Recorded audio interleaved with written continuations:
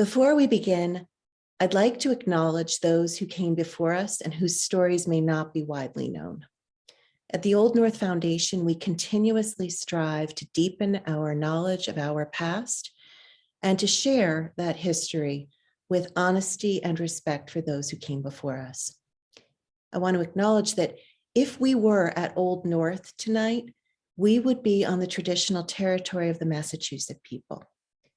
When Old North was founded in 1723, the Massachusetts community of that area had already been decimated by disease, trafficked into enslavement, uprooted from their homes, and forced to assimilate to European culture.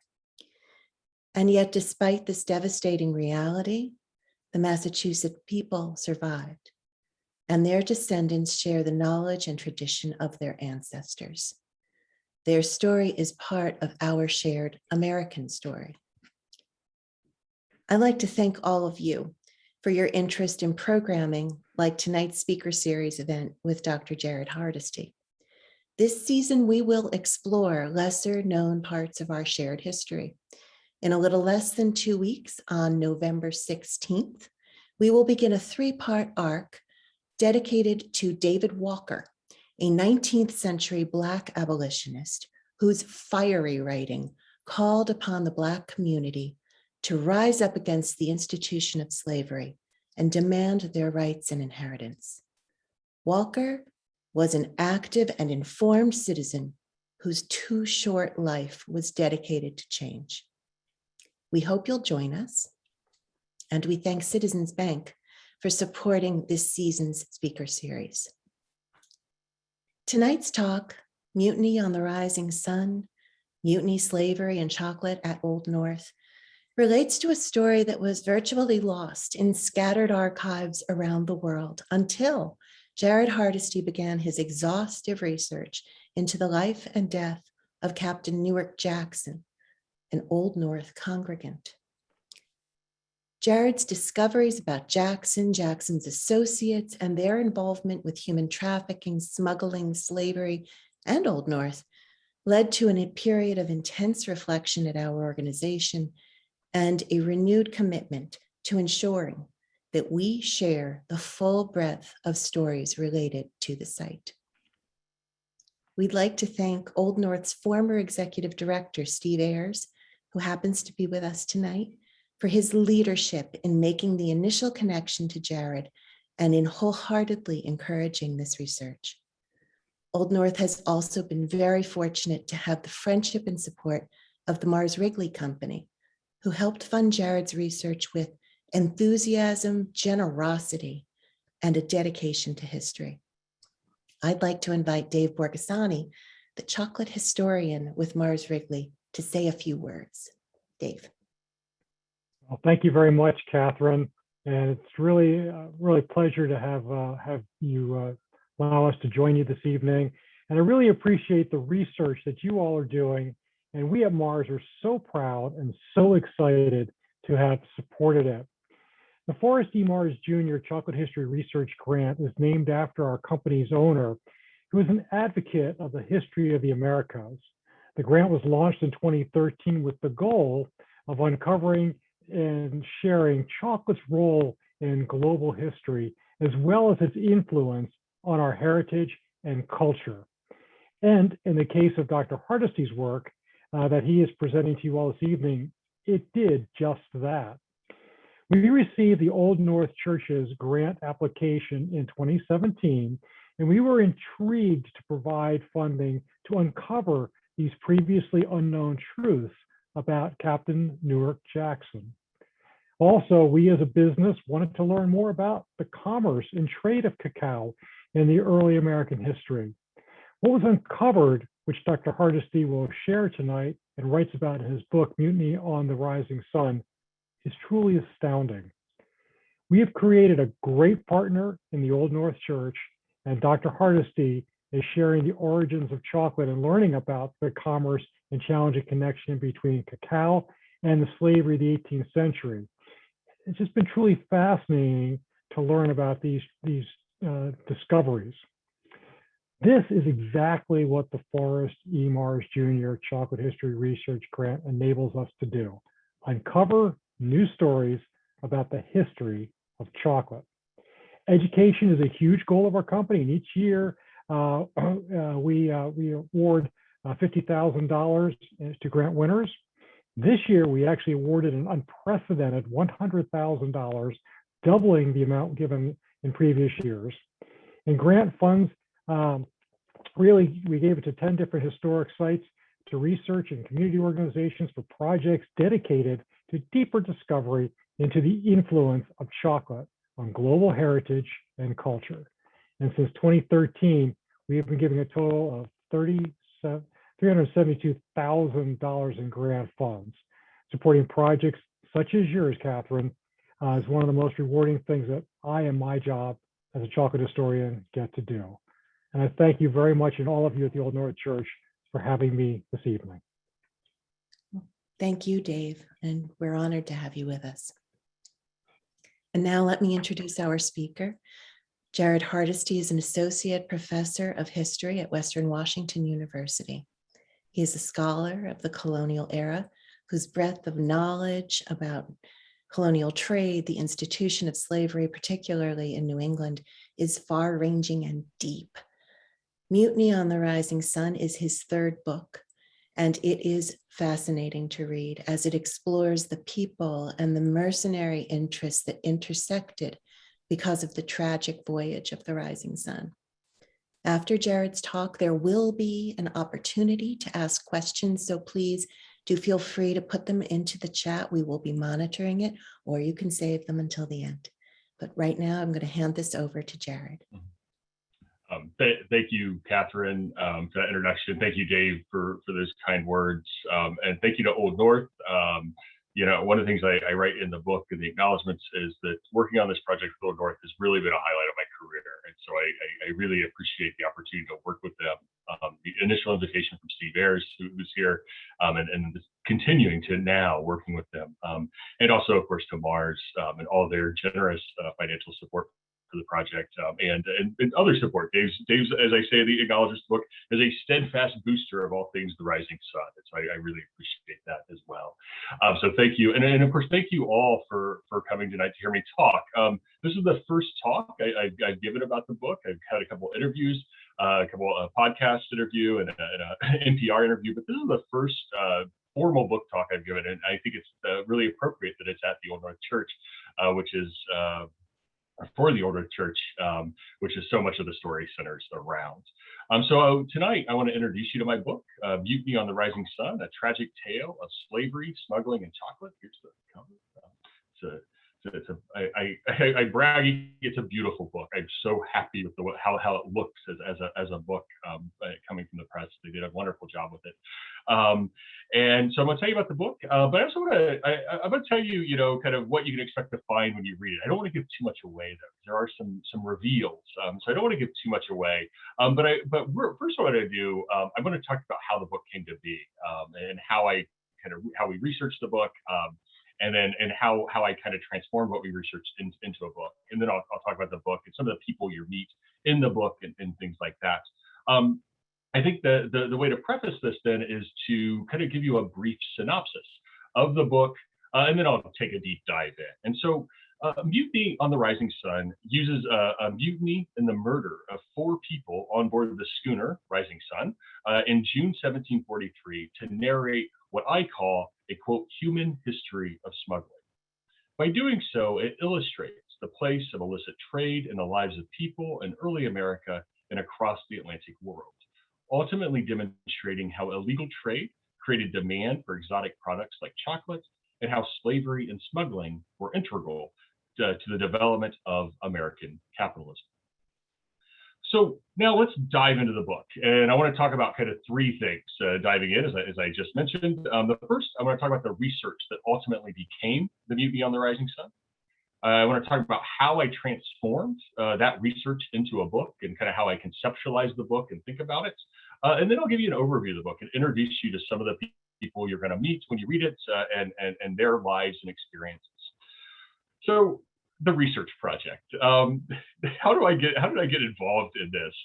Well, it started in September of 2016, and I received an invitation from Steve Ayers, then the vicar and executive director of the Old North, to come give a book talk about my first book, Unfreedom, Slavery, Independence in 18th Century Boston. And I obviously knew what the Old North Church was. I lived in Boston. I went to graduate school at Boston College, and so I knew what Old North was. And so it wasn't entirely surprising to receive an invitation to give a book talk about slavery in Boston. I talk about Old North Church a bit in Unfreedom. And so beforehand, we were sitting in the parsonage having a conversation about about Old North's work and interpretive work and everything they're up to. And Steve asked me, "Do you know a man named Newark Jackson?"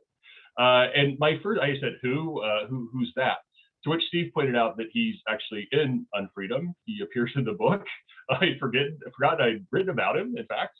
And he does. He appears in Unfreedom. I used him as an example of an enslaver in Boston, a man who owned slaves, and the value of like the enslaved people in his estate and things like that.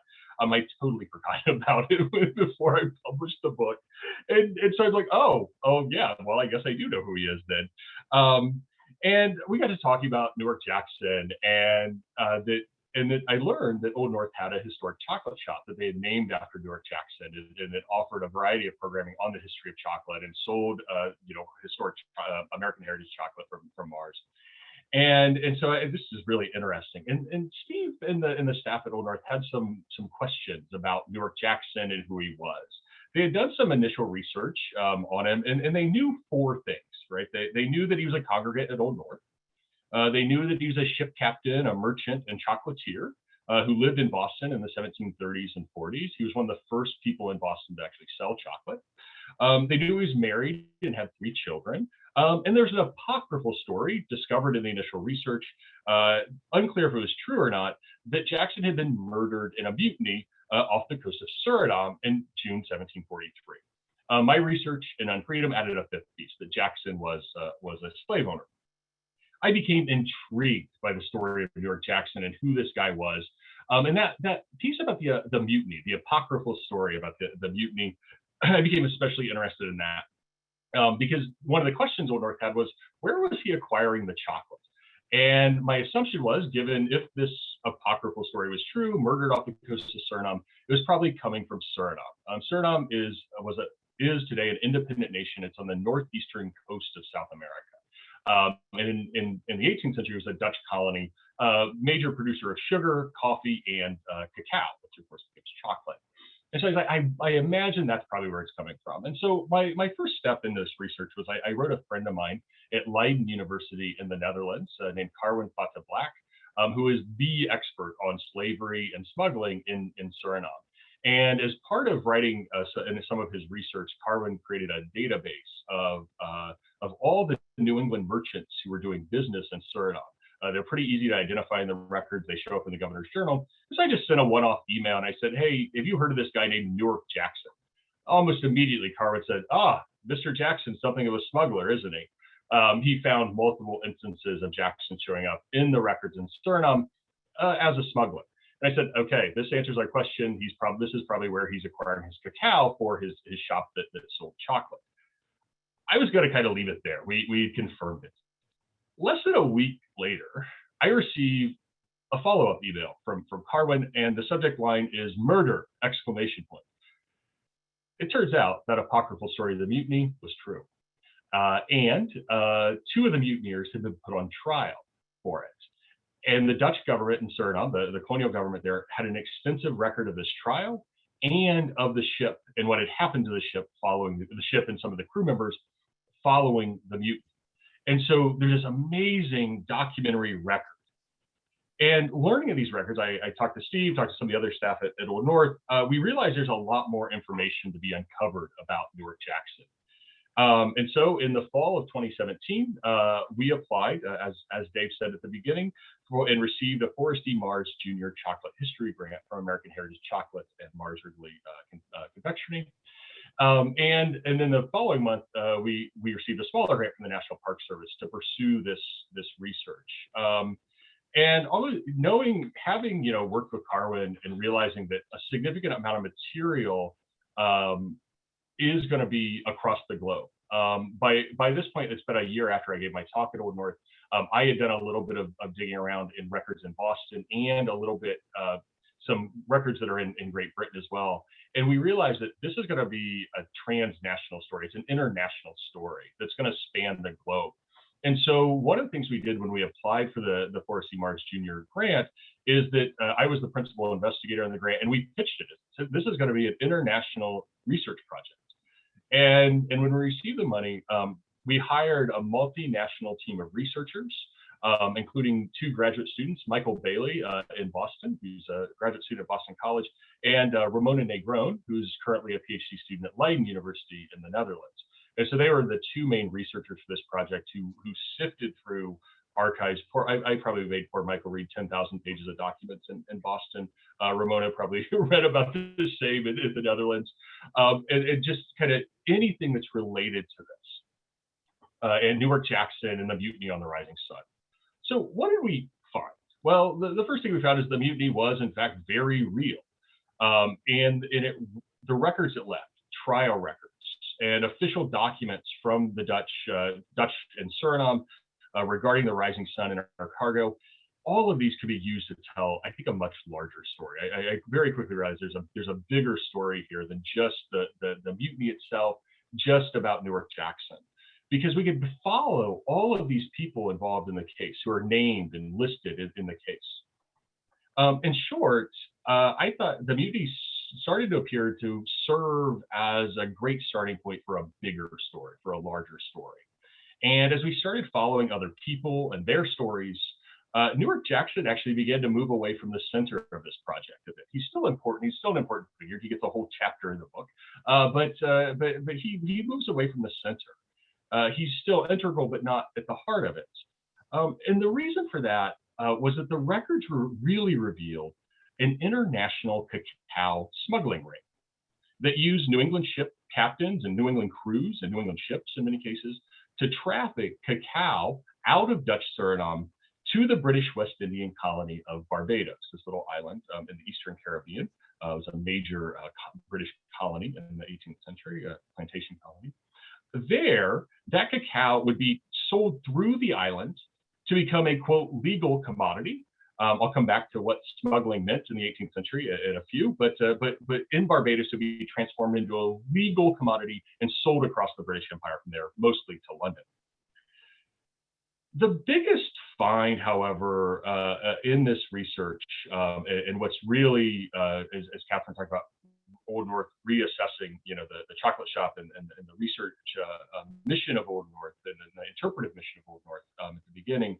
The biggest find came in the fall of 2018 when Ramona, our research assistant in the Netherlands, found an inventory of the Rising Sun and of the ship itself, not its cargo, but the ship itself. And at the end of that inventory, are listed 15 enslaved people, 13 enslaved children, and 2 enslaved young men, probably late teens, early 20s. I'm going to share this document with you right now. Here we are. This is the inventory this is the inventory of the ship. As you can see, it's in Dutch. It's a 3-page document. So there's we can see they mentioned who's murdered, Captain Jackson, the merchant, George Ladain, his clerk, John Mccoy, was another one. I'll come back to that later. But so 3-page documents. Let's see here. There's the second page.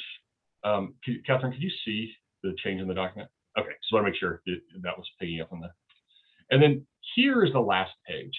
This is the kind of brought it home, the mention of the enslaved children. So 13 slaves, boys as well as girls, and their value. And then the 2 young men, one whose name is Cyrus at 300 pounds, 300 florins, sorry, and one another man whose name is not known. This is a real game changer and completely changed the this entire research project and the way I envisioned it and what it was going to become, and certainly in Old North as well, and kind of how they thought of this project moving forward. Jackson, it changed Jackson, right? It changed him from this kind of quaint ship captain and chocolatier into a human trafficker who bought and sold children. In retrospect, and only in retrospect, thinking about this now, there'd been hints about this voyage's and the smuggling rings connection as a whole, connection to slave trading. And I think back, I can see it now that I think about it, but it was really this inventory that was the sort of the document that illustrated that as part of this smuggling ring, this international cacao smuggling ring, human beings were central to the way it functioned. So these ships that went from these ships and crews that went sometimes from New England to Barbados, they would take New England produce, so your timber and your salt cod and things like that. But they also, an important component of their cargoes were enslaved Africans who were purchased in Barbados and taken then to Suriname to be exchanged for cacao and other commodities. And from there, slavery became key to understanding not only what transpired on the Rising Sun, but really the entire smuggling ring, the entire story, as I kind of just said. So how did this then become a book? All this research, it's a multi-year research project. The research wrapped up in the fall of 2019. So we're over 2 years of research, tens of thousands of pages of documents from across we found documents in Boston, found documents in Salem, in New Hampshire, in London, in Amsterdam, in Suriname, in Barbados, right? So we're talking about documents from all over the place. Tens of thousands of pages of documents, newspapers, manuscripts, like I just shared, like just so much material. And so the question became, how does that become a book? And for me, this is the problem I had to confront as an author.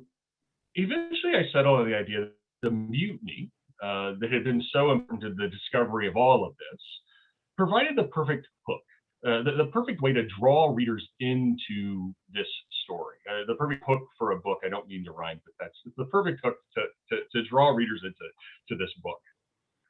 There's just a problem, and the problem was that it has to do with the seriousness of this subject matter, right? It is a story of slavery. It is dealing with the lives of enslaved people and other marginalized individuals.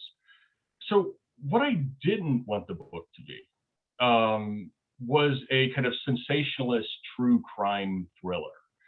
Honestly, this was my original approach. When I initially read the trial documents, when I initially read some of the accounts of the mutiny itself, accounts of what happened afterwards that were kept by various parties involved in the case, I really saw the potential for that. But now it's a different story once we found that inventory. It completely changed the tone of what this history had to be and what it was going to look like and how I would write it. And so rather, for me, the mutiny created an opportunity to, given the nature of smuggling, tell a story that's often difficult to see in the records. The mutiny then is what historians like to call a contingency. This is a favorite word that historians always use. I've bored Dave to death with this word before, so I apologize. But a contingency. A contingency is something that was in the realm of possibility. A mutiny could have always happened on the Rising Sun, but it was never foreseen. And when it happened, it had unintended consequences. And in this case, those unintended consequences was the creation of this incredibly rich documentary records. And we have to remember that smuggling, even if it was quite common in this time period, it was something that people didn't openly talk about. It was something they kind of kept hidden behind the scenes. There's a number of reasons why you hide smuggling in this time period. You don't want authorities prying in. You don't want people stealing your style, right? There's a number of reasons why this is kept hidden in the 18th century. And so the mutiny ultimately opened a window on an 18th century smuggling ring, a window that contemporaries deliberately and emphatically shut. And so here, these documents open this window. And so thus the mutiny in the book, at least, is a framing device and not the focal point of the book. That way, it can remain central to the book without descending into spectacle, right? So you get, I describe this in graphic detail. You get the gore, but it's done in a way that does not trivialize the lives and experiences and deaths of many of the people involved in this case and on board the ship when the mutiny occurred. So the mutiny is the kind of framing device of the book. Every chapter kind of starts with a piece of it and follows it through to the end. The other thing is, as an author, I had to, kind of figure out what was the book's academic significance. This is published by University Press. There's certain research standards that I have to meet for my job. And so, as much as I knew a thriller would sell, I wanted a book that made an argument about the past, that made a significant contribution to our knowledge of the past, collective knowledge of the past. And so my scholarly side shined through a little bit, and you see that in a couple places in the book. And so what I really wanted to use the book to do was to show the intersection of smuggling and slave trading in early America, and that intersection's significance for understanding the early American economy. So how these two things sort of intersected.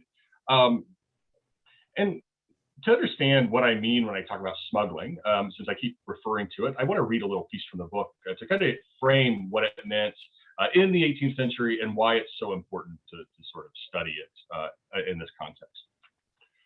So I'm talking about the records of that are left to us from the mutiny. The records from the mutiny ultimately shine a bright light on an 18th century international smuggling ring. The Rising Sun was a small part of a system of illegal commerce that underpinned the economy of colonial America and the early modern Atlantic world. By the middle decades of the 18th century, smuggling formed a cornerstone of the British or the Atlantic trade system and was central to the economy of Britain's North American colonies. Engaging in illicit trade in this period, however, was openly and widely practiced, making it much different from the black markets and underground economies of the 21st century. The Atlantic empires of Britain, France, Spain, Portugal, and the Netherlands sought to control the flow of many everyday household commodities, sugar, molasses, coffee, cotton, and chocolate.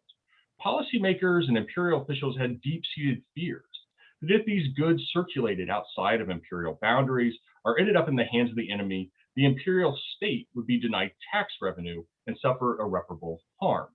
Proactively, metropolitan officials and their colonial officers attempted to control the flow of commodities and manufactured goods in and out of their colonies. Nevertheless, enforcement of these controls was nearly impossible, and merchants, especially those from the North American colonies, found these measures easy to evade. Even by conservative estimates, half of all commerce in the Atlantic worlds during the 18th century was illegal and could be classified as smuggling, and that's a conservative estimate. It's probably significantly higher. Just to continue on for a second, in the 18th century, smuggling, in the words of one historian, became the way for local populations of every social class to act locally and think globally. Men and women, rich and poor, people of all races and ethnicities alike, engaged in buying and selling contraband. Smuggling brought goods from across the globe to local consumers, profoundly shaping the economic, social, cultural, and political order. Most significantly, slavery lay at the heart of this world of smuggling. Slave labor produced and processed lucrative and commonly smuggled tropical commodities such as sugar, molasses, and cocoa. At the same time, captives were themselves used as trade goods and exchanged for the very products produced by fellow enslaved people. And so these two things, slavery and smuggling, intersect deeply in this time period and in this world. And ultimately, then, the book is what I call a human history of smuggling. All the people involved in this story, whether it's the Captain Newark Jackson, whether it's members of the smuggling ring who are organizing the smuggling ring, whether it's the enslaved people on board the Rising Sun, lived in a world where smuggling stood at the center of their lives. The case of the Rising Sun illustrates how larger forces created the conditions for smuggling, but individual actors, often driven by raw ambition and little regard to the consequences of their actions, designed, refined, and perpetuated this illicit commerce. So that's the kind of argument of the book and my contribution. I want to look at this intersection of slavery and smuggling through the lens of the people who are involved in this mutiny and in this moment and what that means. And so when I want to talk about give you an overview of the book and what you find when you read it and who your accounts are. And the idea of a human history of smuggling is exactly the way in which I organized the book. I wanted to center it around the lives of the people on board and involved in the Rising Sun. So all the chapters, that not only includes those on board the ship, the captain, the crew, the enslaved children on board, but also other members of the smuggling ring, colonial officials in Suriname and elsewhere, and the widows of the men who died in the mutiny. So they're all characters. They're all present and living in this world of smuggling. So I try to bring their stories out at different points in the book. So let's meet some of these people. And like I said, the book's organized around the folks involved in the Rising Sun. And so the first chapter is about the captain, Newark Jackson. And I've already told you a lot about Newark Jackson tonight because he was my entry into this project.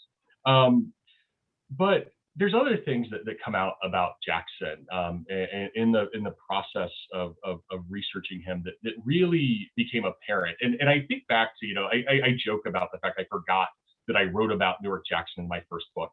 But reflecting on it, I think there's two reasons why he ended up there. And the first, and why he became so important here.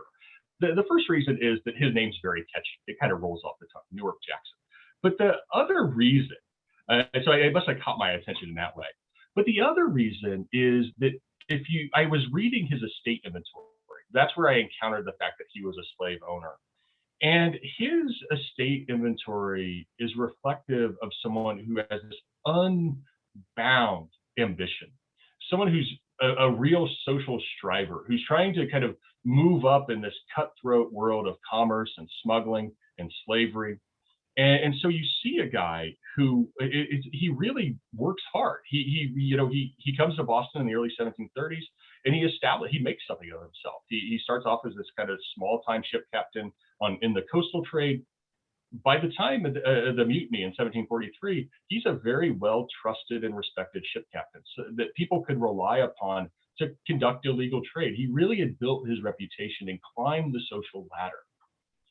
But that climbing has a dark side. Newark Jackson was deeply, deeply in debt at the time of the mutiny. The debts probably far exceeded the value of his estates. Where he mortgaged property. He had mortgaged property to help cover costs. He has all sorts of little debts of 20 or 30 pounds, which doesn't sound like a lot to us, but 20 pounds is about half the yearly wage of a working person in the 18th century. So these just start coming after his death. The creditors start coming out of the woodwork, looking for money that he's borrowed from people, or services, money for services or goods rendered. He's in debt 400 pounds to Peter Faneuil. That comes out in the aftermath of his death that seems that his wife didn't know about. Deeply, deeply in debt, to the point that his wife has to sell pretty much an extensive amount of the family's property to cover the debts. The other part of this kind of dark side for Newark Jackson, this social striving, when we talk about him climbing the social ladder, he was climbing on top of other people. So much of his wealth is built upon enslavement. He owned 3 enslaved people, Boston, 2 men, Boston and Wareham, and a woman whose name was Siller in the documents, probably Scylla. The New England accent, the Boston accent was very similar in the 18th century. So Scylla was probably her name. And they worked in the chocolate shop. They provided all sorts of labor for him and his household. They probably helped support the family when he was on one of his many voyages out at sea. And of course, while out at sea, he is a slave trader. And so much of that wealth and that status that he had acquired in his life was built upon the exploitation of others. And he's a really, Newark Jackson's not unique in that sense. This is something that so many men of his generation, men of his time, did. And so I use him in the book as an example of this kind of unbridled ambition that causes him to do things like conduct illegal trade, trade in people, turn a blind eye to some of these morally questionable activities. You also meet you meet the men who organize the smuggling ring. You meet George Ladain, who was in charge of New England operations. You meet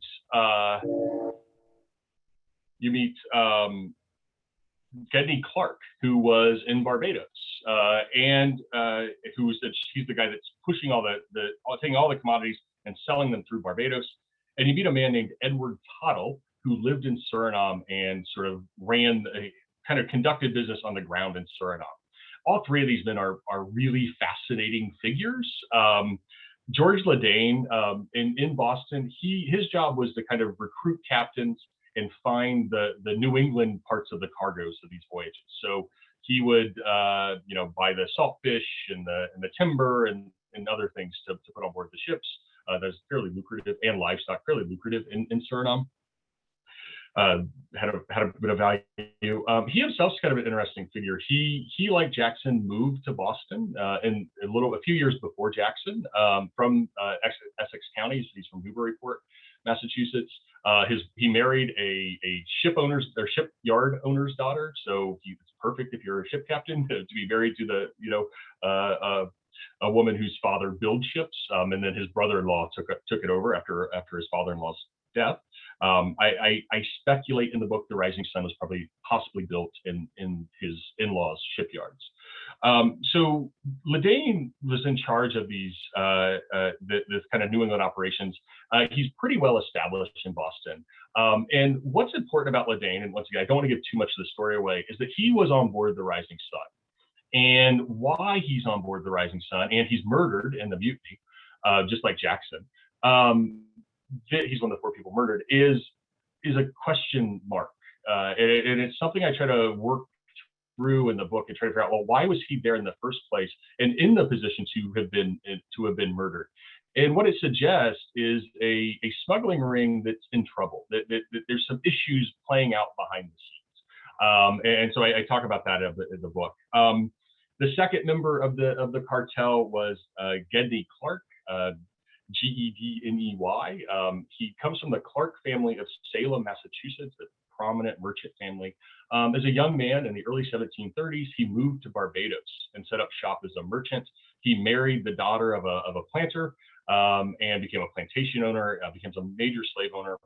By the time of his death in 1764, he will be one of the richest men in the British Empire. Some argue the richest man in the British Empire.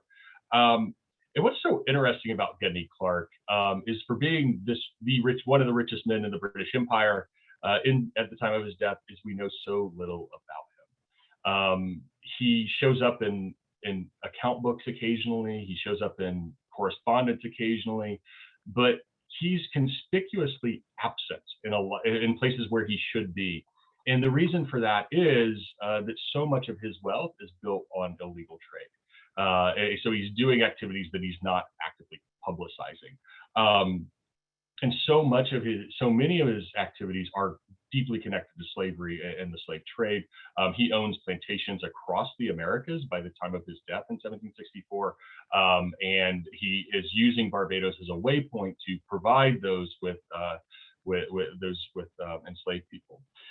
In terms of the smuggling ring that we uncovered, I call Gendy Clark the godfather of it. He's the kind of guy that's in charge. He's kind of organizing the operations of it. And the captains come down from Boston, and he oftentimes actually puts them on a different ship when they arrive in Barbados. Sometimes slightly larger ships, a little bit faster ships. I think the idea is that it's also less of a chance of being caught. They don't take these long voyages across the ocean. And so he's this key figure, and he's one of the 2 people left having to figure out what to do after the mutiny. And so you read about that as well. And the third figure in the smuggling ring, the person in Suriname, is a man named Edward Toddle. Edward Toddle, born in New York, actually, to an English father and a Dutch mother she was a Dutch New Yorker. And he was the 8th of 10 children, so there was no chance he was going to inherit any property. So he ends up moving to Boston. He follows, it's pretty clear it's a family and friend network to Boston. So through his mother's line, he is related to the Wendell family of Boston. prominent merchant family who moved. They're Dutch. They moved from Albany, New York to Boston in the early 18th century. And he's related to them through marriage, and through his father is good friends with Benjamin Faneuil, Peter Faneuil's father. And so so Toddle moves to Boston, kind of following these family connections in the early 1730s. When his first wife passed away in 1737, he's recruited either by Peter Faneuil or by the Windows, or perhaps by both, to go to Suriname. Toddle grew up speaking Dutch because of his mother. He knows these merchants really well. He knows that Suriname trade really well through them. So he moved to Suriname and set up shop there, where he became an agent on the ground, facilitating trade. And in terms of the smuggling ring, he is the guy who's conducting business on the ground. He's acquiring the cargoes of cacao and molasses and sugar and coffee to get on board the ships of the ring, to get them out as soon as possible. He's also the one purchasing the cargoes of African captives and finding buyers for them as well. There's another important piece to the puzzle to create a little bit of suspense in all this, is that while Edward Toddle lived in Boston, he became quite close with George Ladain.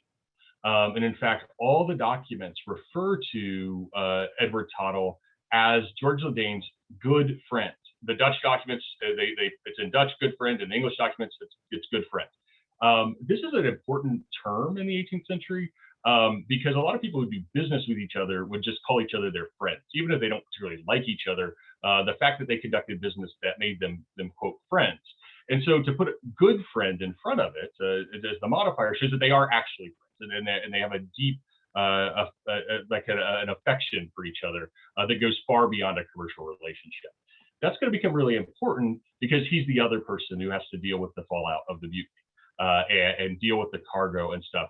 And so the question becomes, does he work with Gendy Clark, or does he work with George Ladain's widow? You could probably guess, but that's also laid out in the book. The third chapter of the book is where I focus on the enslaved Africans who were on board.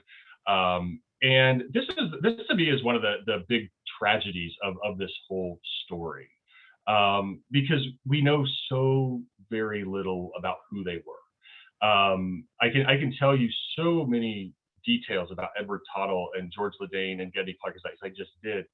I know so very little, and we found such little information on the enslaved people on board, and a lot of that is speculative. We know that there were the enslaved children on board when the ship departed Suriname to go back to Barbados after the mutiny. Those children, in the kind of cruel vocabulary of the slave trade, would have been called remainders. They were probably the remainders of a much larger cargo that had left Barbados in May 1743 to go to Suriname to be sold for cacao and other commodities. There were probably close to, I speculate, I do math. There's a very long footnote with math in it for chapter 3, where I kind of try to, using what we know about the value of the cargo and from after the mutiny and things, I try to break down in an insurance claim that's filed, like how many enslaved people were on board. And I speculate probably around 50 or so were trafficked on this voyage. It's a very short voyage from Barbados to Suriname. Probably took short by 18th century standards, so about 4 to 5 days probably.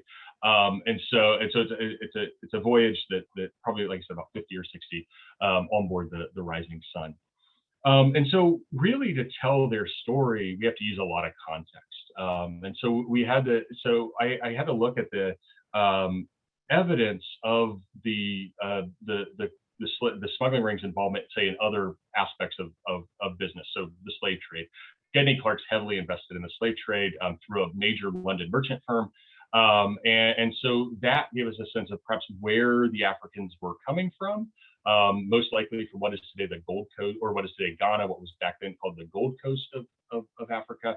And from there, knowing that a number of them are children, we actually do have the narratives of other people captured on the Gold Coast in the 18th century who later in life kind of tell their stories. That I use the narrative of a man named Venture Smith, actually lived in Connecticut and was born on the Gold Coast and captured as a young boy. I use his narrative to kind of, what would this have been like for these children and their experiences.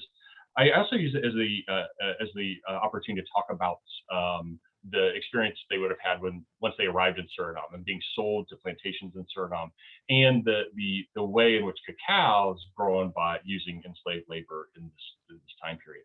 So I try to kind of flesh out their lives and experiences using the context we have, because there is an absence of the documentation otherwise there. The book also goes into the crew members on board. There were 11 crew members total. You've met Newark Jackson and George Ladain on board. Ladain had a clerk who's also murdered, and Jackson had a cabin boy who's the fourth victim of the mutiny. There were two other men who I pretty much only know their names, named Josiah Jones and Henry Deveries. They were probably young men from New England who had taken to the sea possibly for the first time to make a little bit of money, recruited by Jackson to serve with him as kind of regular sailors.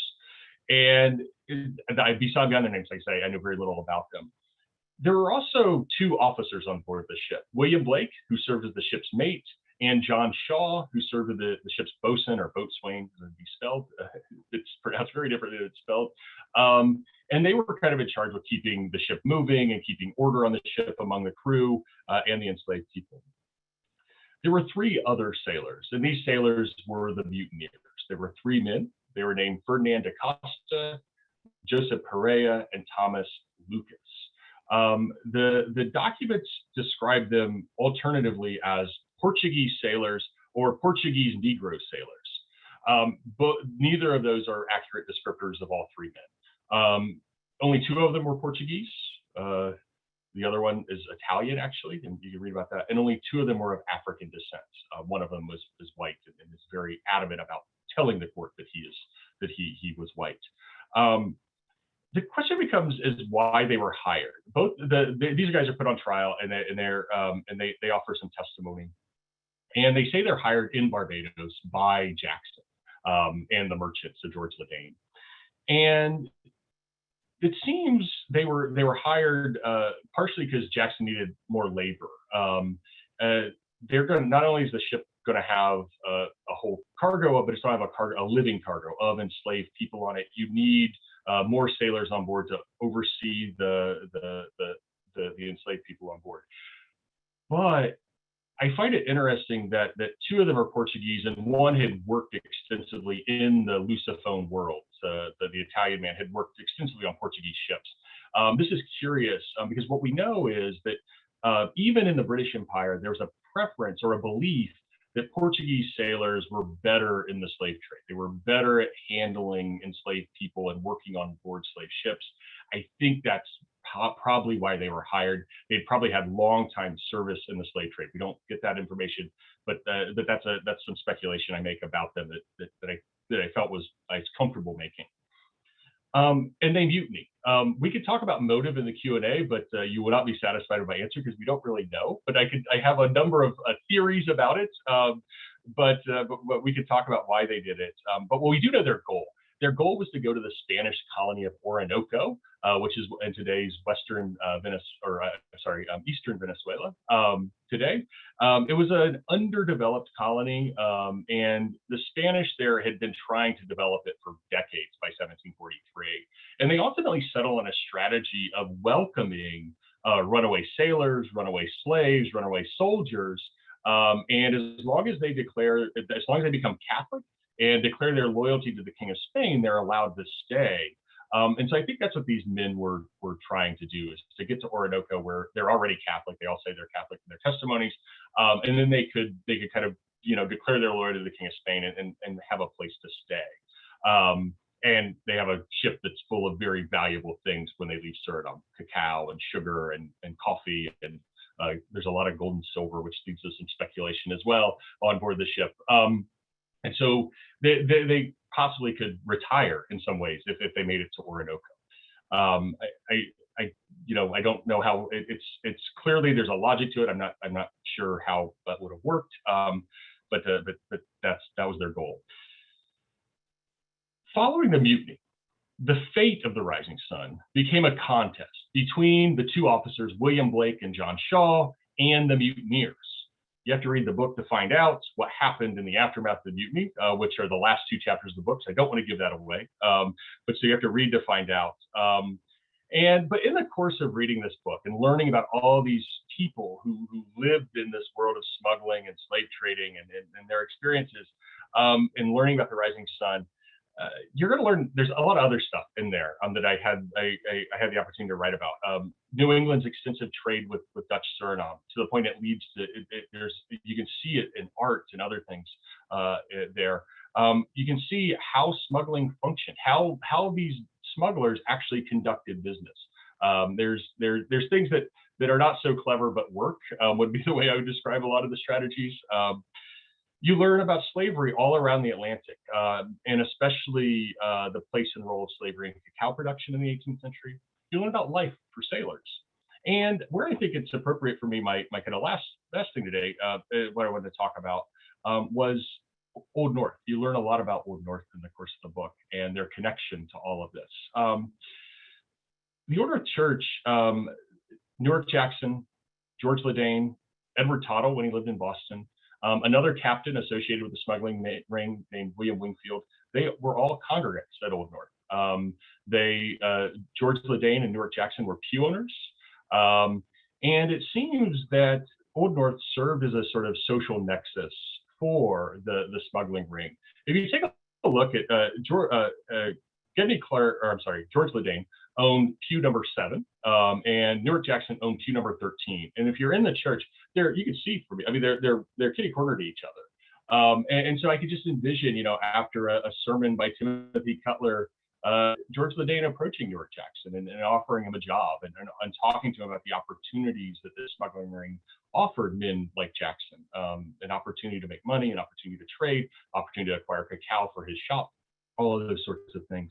It really is a social nexus, but it went beyond just association. All the men donated extensively to the church. So Jackson, Ladain, Toddle donated to building the steeple of the church.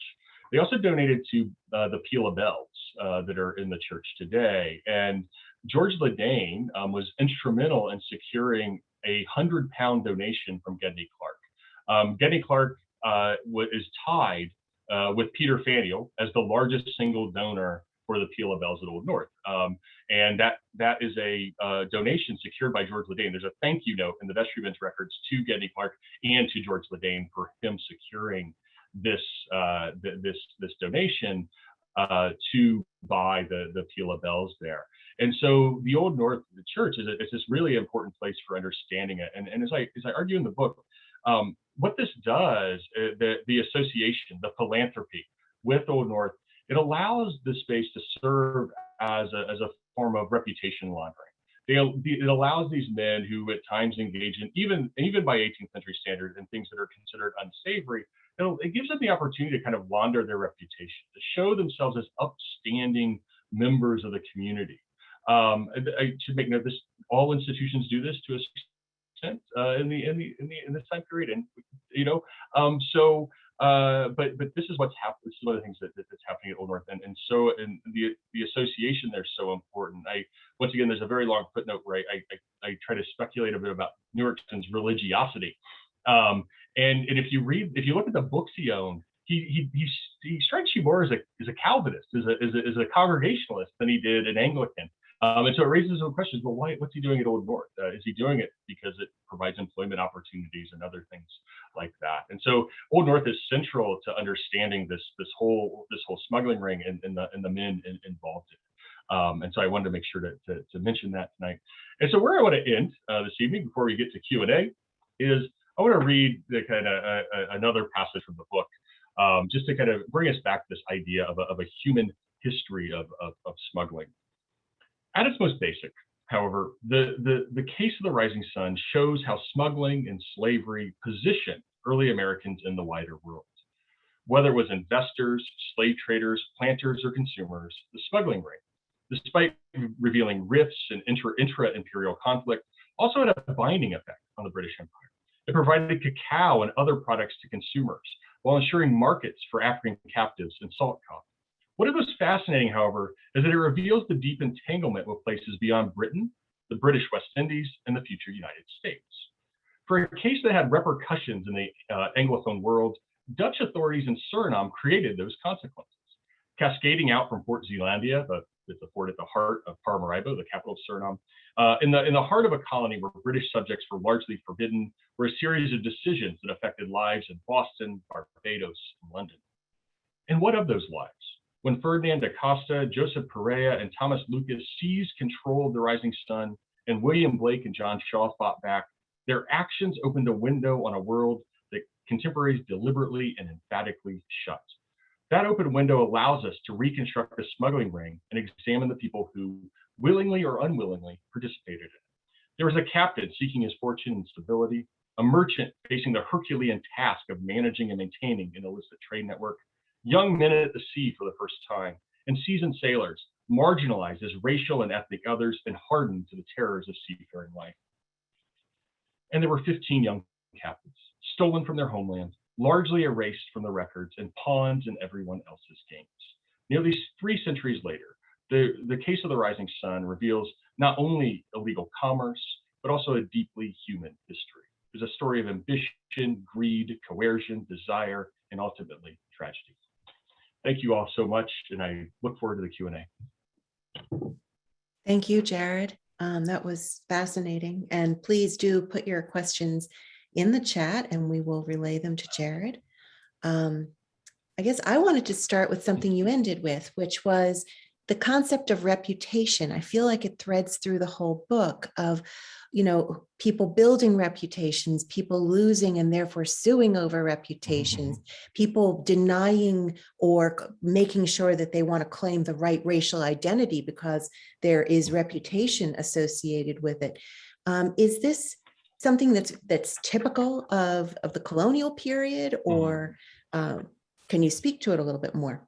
Yeah, absolutely. Yes, it is. Reputation is its own currency at this time period. And so, just as a book's a lot about capital and capitalism, right, and the rise of capitalism, but it's also about, I talk a lot about what we call social capital, about this desire, the need to have or to be seen as honorable, as reputable, as an upstanding member of the community. And that's just as important in some ways, because what it does is, Newark Jackson proves himself to be competent in the 1730s. And that opens up all sorts of opportunities. And when he makes good returns for his employers, that builds his reputation and it leads to more opportunities. And I try not to be. It ends up happening, I think. But in the book, I try not to make it look so sort of deterministic, right? That he's so sort of he's on a course, right? And he understands he's on a course and he's building to this. But it does really look that way. That he starts off in a small coastal trade, then he ends up in a little bit of transatlantic trade to Lisbon and London, and every point of the way he's building his reputation. So reputation is its own form of currency in this time period. And of course, there's the story of William Wingfield, who is a captain that tries to go around the smuggling ring, goes to circumvent George Ladain and Gendy Clark, and they ruin his reputation, and he sues them over it. That for them, that was the way to strike back for him stabbing them in the back, was not to try to get them. They want the money back, certainly, but what they really do to hurt him is to ruin his reputation, to the point he complains he can't find employment after George Ladain goes around Boston telling everyone that he's disreputable, he can't be trusted. So it's absolutely absolutely it's its own form of currency. It's really important for all of these men to have this reputation, to be perceived as upstanding and honorable. Just check the chat. Oops. No, maybe I should read this with my glasses. They had a question, this person, about Clark's wealth. When you say he may have been the richest man in the empire, does that mean the richest man in the British colonies, or does that include Great Britain itself as well? And was smuggling how he climbed so high, or was it the plantations? It's the entire empire. So metropolitan Britain and the colonies. He's sometimes referred to as a transatlantic super merchant because his hands are in so many different pots.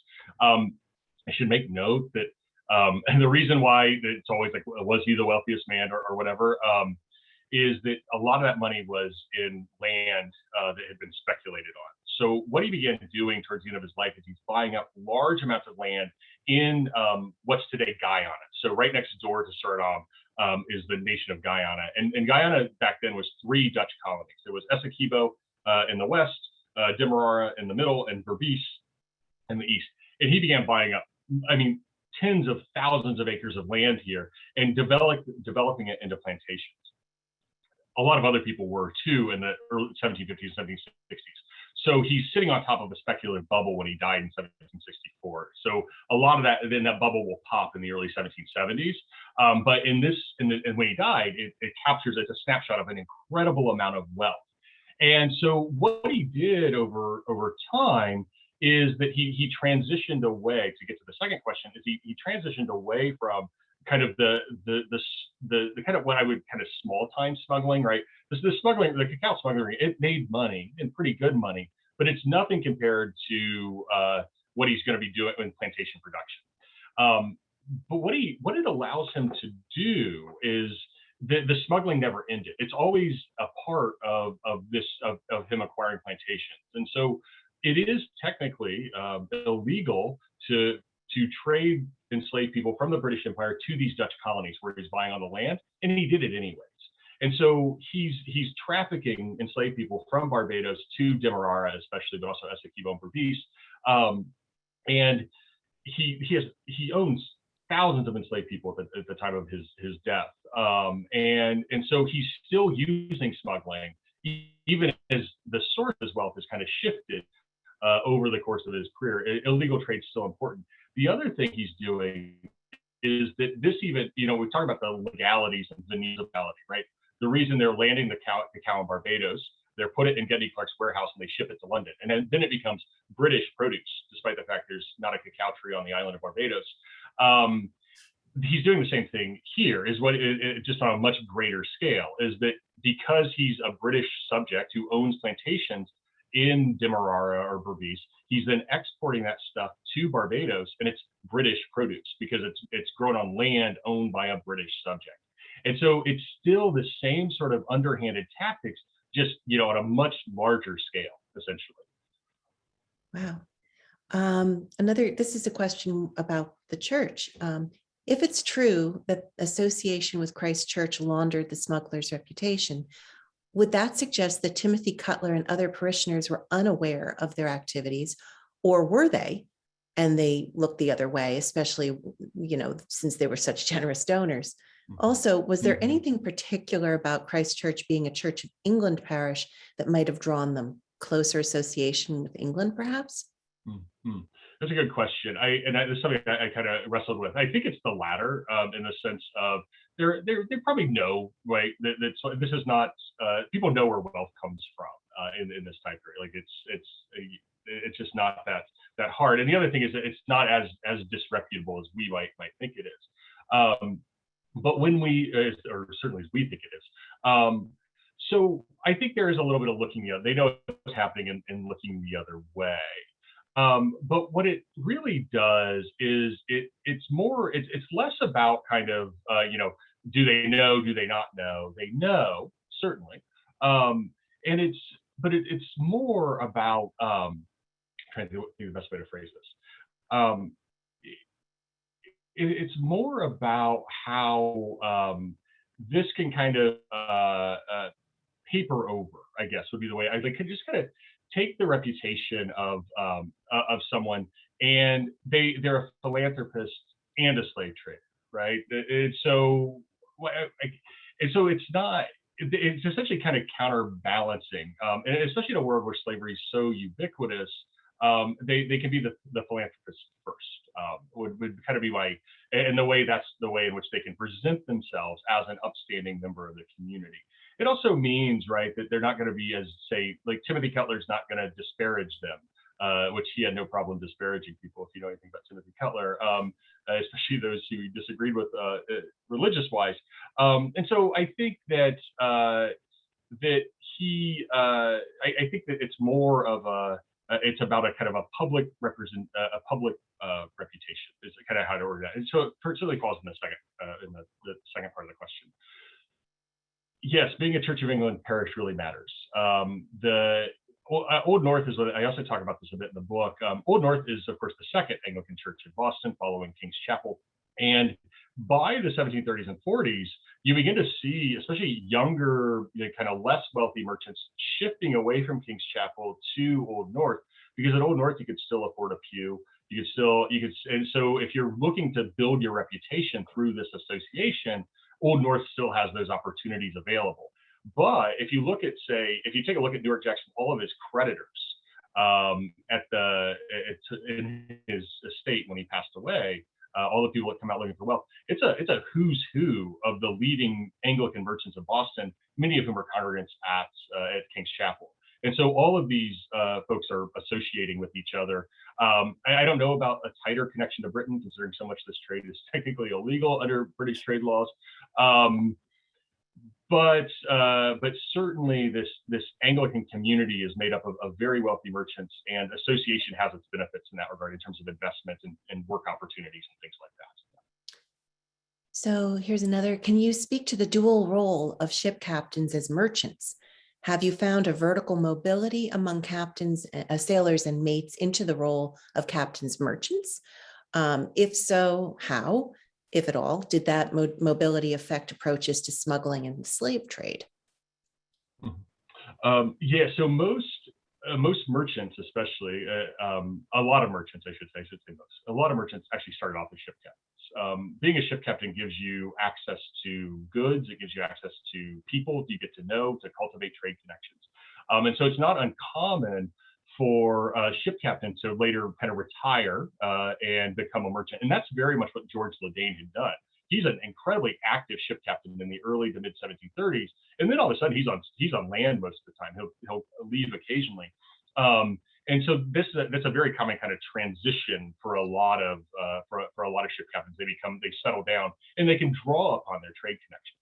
But for a ship captain like Newark Jackson, being a merchant like Newark Jackson, being a ship captain has some opportunities for you.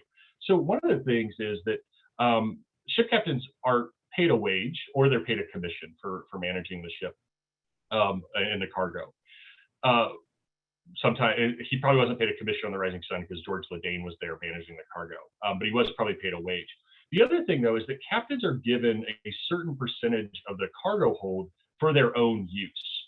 For the term in the 18th century is their private venture, and this is X square feet of cargo space that they can use for their own, and they don't have to pay freight fees or anything on it. And so for someone like Newark Jackson, cacao is really expensive. And so, captaining a ship that you get a little piece of the cargo hold that you can haul cacao back in, that's really great for a captain to be, for a merchant to be able to do, to have access to that little, because it lowers the price of goods because you don't have to pay freighting costs on it as much. So you do see a lot of dual rules, and it is something, and I think you could start to see that a little bit with Newark Jackson, starting to transition away from a life at sea to a life on land, using the connections he had made at sea. But his life's truncated in 1743. If I found vertical mobility among sailors and mates, there is a little bit of vertical mobility. John Shaw, for example, the boatswain on the Rising Sun, had been a regular sailor on an earlier voyage in the Smuggling Ring. And so he had moved up, and I speculate why he moved up in the book a bit. In terms of the mates into the roles of captains, I'm pretty sure that's happening as well in this particular Smuggling Ring. I speculate in the book that William Blake is probably being cultivated to be a future captain in this Smuggling Ring. He did not seem particularly familiar with Suriname or with the geography. So his journal is one of the main sources we have for what transpired during the mutiny. And he kept all mates have to keep a log, and so he kept a journal log of the voyage, and especially after the mutiny. And Edward Toddle helped him prepare it for the court case and all this stuff. And he misnames rivers that, if anyone who is familiar with Suriname, he would know the geography, and he's mislabeling and misnaming things, suggesting he's new to this. where there's also George Ladain had a clerk, a man named John Mccoy, or McKay, or Mccoy as it's written in the Dutch documents. John Mccoy, who lived in Boston. McCoy was his clerk, and it's also unclear why he was on board the ship. The clerk, Ladain could have managed the cargo himself. He didn't even have to be there. So why does he have a clerk? I speculate that McCoy was probably Ladain's mate on an earlier voyage to Barbados, and then Jackson and Ladain got on the Rising Sun together, and McCoy stuck along, because I think McCoy's also being cultivated as a captain. In his probate inventory in Boston, he's listed as a mariner. He's not listed as a merchant or a clerk or anything. He's listed, his occupation as mariner, which is what Newark Jackson's occupation was, suggesting some sort of sailor or ship's officer or something like that. So I think he's also kind of moving up. And yeah, so I think in terms of, does that mobility affect? Absolutely. This is a way for folks to move up in the world, is to get involved in these smuggling rings. It offers employment opportunities in a much more lucrative field. Newark Jackson, for example, could have remained on small coastal voyages around the New England coast, hauling, pork, salt pork and beef and corn and stuff like that. And many, sailors made a life of that, and ship captains made a life of that. But the real money is in this illegal trade, because the commodities themselves are so much more valuable. The ships are larger, and so the stakes are much higher, so the pay is much better. So absolutely, yeah, there's that you do see that this mobility is going to affect who becomes involved and why they become involved in the smuggling. So I think we have just time for one more question, which is, did you come across any other connections with Peter Faneuil that also had rings or associates in other congregations? Is there anything about the church as a front for hiding this material? In terms of Peter Faneuil, I found him, his connection to Edward Toddle, to the family friends with the Faneuils, his loan, it's Faneuil and Boughton now, who's a business partner. Peter Faneuil is a business firm. They're the ones who loaned Jackson the 400 pounds. But other than that, he shows up in the list for the Peal of Bells. He donates to all sorts of Anglican causes in Boston. So he's part of those Anglican social networks as well, but not too much beyond the kind of direct connection with Jackson or with Toddle. Is there anything about the church as a front for hiding? I don't think they're hiding it. This is the thing about reputation laundering, right? That it's more of, I fumbled that question, so I want to come back to it, because I think that what it is, it's not so much about kind of they're hiding this, and so they don't want to be found out, and the church is a hiding place for it. It's more that this is a place to create a reputation for themselves that causes folks to look the other way when they find out they're smuggling, when they find out they're slave trading. That's what this is about. It's in plain sight. You can't miss it. It's there, but this is a way of kind of drawing attention away from it. Oh yeah, Gendy Clark is one of the leading slave traders in the British Empire, but he gave 100 pounds for the Peal of Bells. That it's philanthropy, and that's kind of the that's one of its purposes here. Is it's allowing people to then turn a blind eye to what else is happening. I mean, Boston's still struggling with this when we talk about Peter Faneuil, because in all the debates around renaming Faneuil Hall and however you fall on it, it's really hard to ignore the fact that Faneuil, yes, he was a slave trader, but he's also a philanthropist, and a major philanthropist in Boston in the 18th century. And the fact that this is such a debate still suggests the power that philanthropy has for someone's reputation, and why that's such an important kind of activity that they engage in. So no, I don't. No one's hiding it. And this is all open to see. And one of the things I say in the book is that one of the reasons they're hiding smuggling isn't because they're ashamed of it. They certainly don't want to be questioned by the Navy or the Customs Office. Like, nobody wants that. So that's one reason for hiding it. But they're also hiding it because people will steal their ideas, right? They find out that there's this amazing, cacao market out there, and you can go to Suriname and get, people will steal your ideas. You kind of say the quiet part out loud, and people will pounce. These guys are Jackson's surrounded by people who are just as ambitious as him, and will find ways into these networks. So that's so I don't think it's particularly when it is hidden, it's not perhaps for the reasons that we think it is. Well, I think we have one last comment, which I will share. Peter Gomes, the late minister at Harvard's church, used to say, the problem with tainted money is that there tain't enough of it. So, yeah, it continues to be a problem even now. Another example of how the past and the present are so closely linked, and we see the same themes throughout time. I want to thank you, Jared, for a great talk. I wholeheartedly recommend that you read the book. It is great. And it's, I found the chapter on the enslaved people, the cargo, to be so poignant. I really appreciate the empathy of that chapter. So good night, everybody. And thank you again for being part of the Old North Speaker Series. Hope to see you in a couple of weeks when Dr. Salim Washington will be talking about David Walker and the notion of citizenship. Good night.